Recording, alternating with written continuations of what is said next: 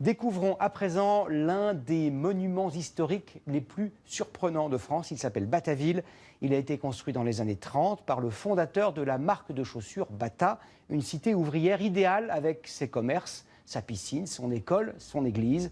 Quelques passionnés tentent de redonner vie à cette utopie architecturale.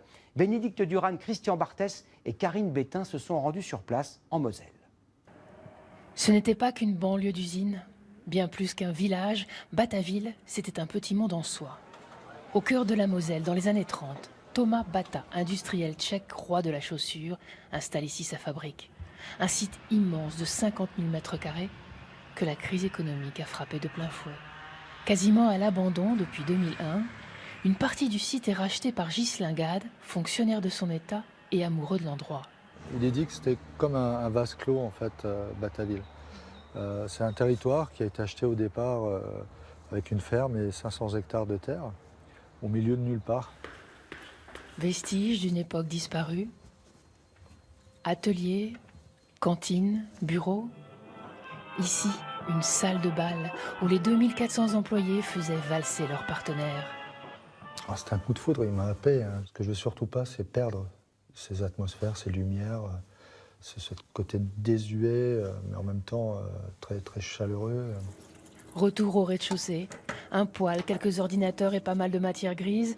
De jeunes architectes se sont installés ici. Leur projet, inventer un futur pour Battaville. On est en immersion, on est en permanence, on est en résidence, on habite pour comprendre et redonner vie, redonner du peps à ce lieu-là qui est en perte d'habitants, perte de vitesse. Et qu'est-ce qu'on pourrait inventer pour l'avenir de ce lieu ? Battaville, ce fut plus qu'une usine. Ce fut aussi une cité ouvrière jusqu'à 2400 habitants. Église, médecins, école, tout en vase clos. Ma Tati habitait toute sa vie à Bata. J'y suis née. Elle y est née. Je suis la dernière. Et c'était comment la vie à Battaville alors ? Le paradis. Il y avait tout. La piscine, le cinéma, les balles. Absolument tout ce qu'on pouvait rêver. Ce qui a survécu, le café-épicerie au centre du bourg, un des rares lieux de vie aujourd'hui. Alors, 1,30 s'il te plaît. Sébastien, le fils du maire, veille à le garder en vie.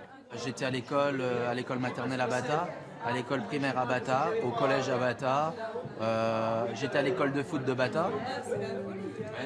Bata, ça représente quelque chose encore pour vous ? Des souvenirs, mais c'est plus Bata qu'on a connu.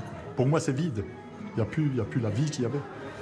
Au temps de sa splendeur, 10 millions de paires de chaussures quittaient chaque année Battaville. Une toute petite activité est maintenue sur le site, seule une vingtaine de personnes y travaillent encore. Les 11 000 mètres carrés du dépôt semblent bien trop grands aujourd'hui.